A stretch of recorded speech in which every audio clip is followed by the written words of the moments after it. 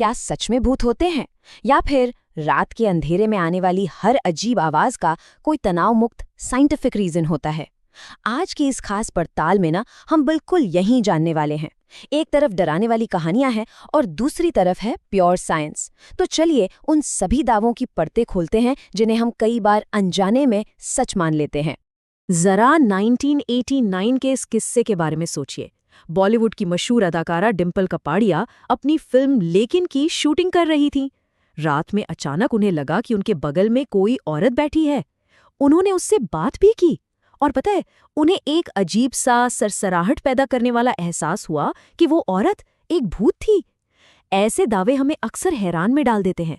इसलिए आज हम एक रैशनलिस्ट नजरिए से इन मिस्ट्रीज को इन्वेस्टिगेट करेंगे। तो इन्वेस्टिगेशन शुरू करें। आज हमारे पास 6 केस फाइल्स हैं। पैरानॉर्मल का आकर्षण, फ्रॉड्स और फेक्स, साइकोलॉजी का खेल, वीजा बोर्ड्स का सच, इन गोस्ट हंटर्स की टेक्नोलॉजी और आखिर में एंटरटेनमेंट बनाम एक्सप्लॉयटेशन। पहली फाइल खोलते हैं समाज का इस सुपरनैचुरल दुनिया से ये गहरा लगाव। आपने द कॉन्जरिंग, द एग्जॉर्सिस्ट या फिर टीवी पर घोस्ट हंटर्स तो देखा ही होगा, राइट? ये सब एक बहुत ही चालाक ट्रिक का इस्तेमाल करते हैं। ये हमेशा अपने टाइटल के आगे लिख देते हैं इंस्पायर्ड बाय ट्रू इवेंट्स, यानी सच्ची घटनाओं पर आधारित, और बस वही हकीकत और कहानी के बीच की दीवार गायब हो जाती है। हम पूरी तरह मान लेते हैं कि जो डर हम स्क्रीन पर देख रहे हैं वो हमारी असल जिंदगी में भी हो सकता है। अब आते हैं अपनी दूसरी फाइल पर, धोखा और उससे कमाया गया मुनाफा। अगर हम हिस्ट्री उठाकर देखें तो ऐसी चलों की कोई कमी नहीं है। 1800s में अमेरिका की फॉक्स सिस्टर्स बहुत फेमस हुई थी। उनका दावा था कि वो आत्माओं से बात कर सकती हैं। लोग उनके पास आते थे और उन्हें दीवारों से थक थक की अजीब आवाजें सुनाई देती थीं। पर सालों बाद जब उनमें से एक बहन डिप्रेशन का शिकार हुई तो उसने पूरा सच उगल दिया। पता है सच क्या था? वो धागों से चीजें गिराती थीं और अपने पैरों के अंगूठों को चटकाकर दीवार पर भूतियापन की आवाजें निकालती थी। बिल्कुल, बस इतना ही आसान था ये धोखा। और एमिटीविल हॉन्टेड हाउस का केस भी यही सिखाता है। इस केस को इन 2 हिस्सों में देखिए। एक तरफ एक कातिल था जिसने अपने परिवार को मारने के बाद झूठ बोला कि भूतिया आवाजों ने उसे ऐसा करवाया। दूसरी तरफ उस घर में आने वाले नए परिवार ने भी भूत होने का दावा कर दिया। क्यों? ताकि वो सजा से बच सके और बुक्स और मूवीज से करोड़ों की डील्स ले सके। सच्चाई ये है कि यहाँ भूत नहीं बल्कि स्वार्थ और लालच था। Case file number 3, psychology. क्या होता है जब हमारा अपना ही दिमाग हमसे खेलता है? उन केसेस का क्या जहां लोगों को वाकई लगता है कि उन्होंने कुछ पैरानॉर्मल महसूस किया है। हॉलीवुड फिल्म वेरोनिका को ही ले लीजिए। फिल्म में क्या दिखाया गया? एक लड़की ऊजी बोर्ड खेलती है, उसमें शैतान आ जाता है और 3 दिन में उसकी मौत हो जाती है।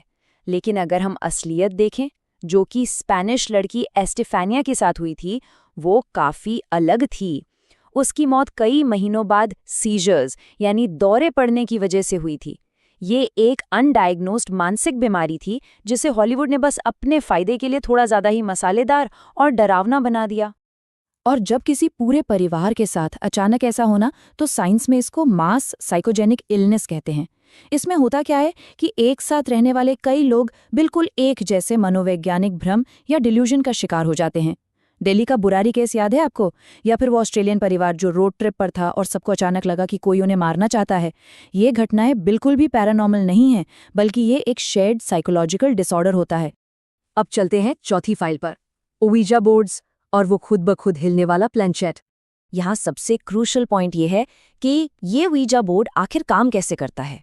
इसके पीछे एक टर्म है आइडियोमोटर इफेक्ट। ये एक ऐसी साइकोलॉजिकल फिनोमिनन है जिसमें हमारी बॉडी अनकॉन्शियस तरीके से मूव करती है और हमें लगता है कि हमने तो कुछ किया ही नहीं। दरअसल हमारा दिमाग हमारी यादों और विश्वासों के हिसाब से हमारी मांसपेशियों को सिग्नल लेता है। ये ठीक वैसा ही है जैसे सोते वक्त अचानक लगता है कि हम गिर रहे हैं और बॉडी झटके से जाग जाती है। इस कॉन्सेप्ट को टेस्ट करने के लिए आप ये छोटा सा पेंडुलम एक्सपेरिमेंट करके देख सकते हैं। एक धागे से कोई हल्का सा वजन लटकाइए, जैसे कोई चार्जर। अब अपने हाथ को बिल्कुल स्थिर रखिए और सिर्फ दिमाग में इमेजिन कीजिए कि ये पेंडुलम घड़ी की दिशा में घूम रहा है। कुछ ही सेकंड्स में आप देखेंगे कि बिना आपके हाथ हिलाए वो वाकई उस दिशा में घूमने लगेगा। हमारा दिमाग हमारे हाथ को इतने छोटे और सटल सिग्नल्स भेजता है कि हमें खुद पता नहीं चलता कि हम उसे हिला रहे हैं। और इसका सबसे तगड़ा सबूत है ब्लाइंड फोल्ड टेस्ट।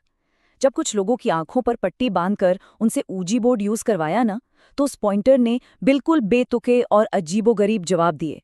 क्योंकि उन्हें बोर्ड के अल्फाबेट्स दिख ही नहीं रहे थे, तो उनका दिमाग उन्हें सही दिशा में गाइड ही नहीं कर पाया।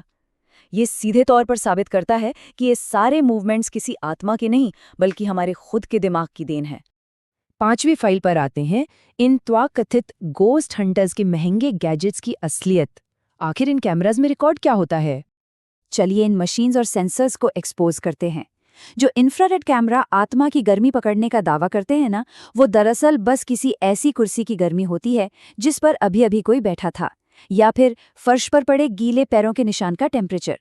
और ईएमएफ मीटर, वो बेचारा तो आपके मोबाइल फोन, रेडियो या आपके बैटरी पैक की आम इलेक्ट्रोमैग्नेटिक वेव्स को पकड़कर भी फ्लक्चुएशंस दिखाने लगता है। और इन मोशन सेंसर्स की तो बात ही मत पूछिए। अगर किसी खाली सदी पुरानी बिल्डिंग में से एक छोटा सा चूहा भी निकल जाए ना, तो मोशन सेंसर ट्रिगर हो जाएगा और टीवी वाले चिल्ला चिल्ला कर बोलेंगे कि देखिए हमने एक भूत को पकड़ लिया। ये इन टूल्स का पूरी तरह से मैनिपुलेशन और गलत इस्तेमाल है। और अब हमारी आखिरी फाइल, साइंस और सच्चाई को छोड़कर सिर्फ सनसनी को चुनना। आपके दिमाग में शायद ये सवाल आएगी, अगर ये सब फेक है तो न्यूज़ चैनल्स पर हमें ये साइंटिफिक एक्सप्लेनेशंस क्यों नहीं दिखते? जवाब बहुत ही सिंपल है, टीआरपी। याद है जब एक यूट्यूबर ने दावा किया था कि वो सुशांत सिंह राजपूत की आत्मा से बात कर रहा है? वो दरअसल उनका एक पुराना मैनिपुलेटेड ऑडियो क्लिप था। फिर भी कई बड़े न्यूज़ चैनल्स ने अपनी रेटिंग्स बढ़ाने के चक्कर में बिना किसी फैक्ट चेक के उस फेक क्लिप को असली बनाकर पेश कर दिया। एक्सपर्ट्स खुलेआम मानते हैं कि आपको टीआरपी लोगों के अंधविश्वास को बढ़ावा देकर ही मिलती है, साइंस और लॉजिक की सच्चाई बताकर नहीं। न्यूज़ में आजकल डिलिब्रेटली सच्चाई को दबा दिया जाता है और डराने वाले वीएफएक्स, भयानक म्यूजिक और साउंड इफेक्ट्स का सहारा लिया जाता है ताकि आप स्क्रीन से चिपके रहें। ये आखिर में सिर्फ एक बिजनेस है। अब देखिए, हम वापस अपने उस पहले वाले किस्से पर आ गए हैं। इस पूरी पड़ताल के बाद क्या आप समझे डिंपल कपाड़िया वाले केस में क्या हुआ था? असलियत में वो उस वक्त पूरा दिन एक भूत का किरदार निभा रही थीं और रात में इस साइकोलॉजिकल स्ट्रेस, थकान और दिमाग पर पड़े दबाव ने उनके लिए एक डिल्यूजन क्रिएट कर दिया। वहां कोई सच का भूत नहीं था, बस एक बहुत ज्यादा थके हुए दिमाग का हेलुसिनेशन था। तो अपनी इस पड़ताल को खत्म करते हुए मैं आपके लिए एक बड़ा सवाल छोड़ के जा रहा हूँ। क्या हम वाकई कठोर साइंटिफिक सच्चाइयों से ज्यादा इन मजेदार और एंटरटेनिंग अंधविश्वासों को अहमियत देते हैं? देखिए, दोस्तों के साथ हॉरर फिल्में देखना बहुत मजेदार है, इसमें कोई शक नहीं। लेकिन जब बात क्लेम्स की आती है, रियल लाइफ इवेंट्स की आती है, तो अपने क्रिटिकल थिंकिंग का इस्तेमाल जरूर करें। क्योंकि सच तो ये है कि जब आप साइंस का रास्ता चुनते हैं तो ये बड़े से बड़े रहस्य अपने आप सुलझ जाते हैं।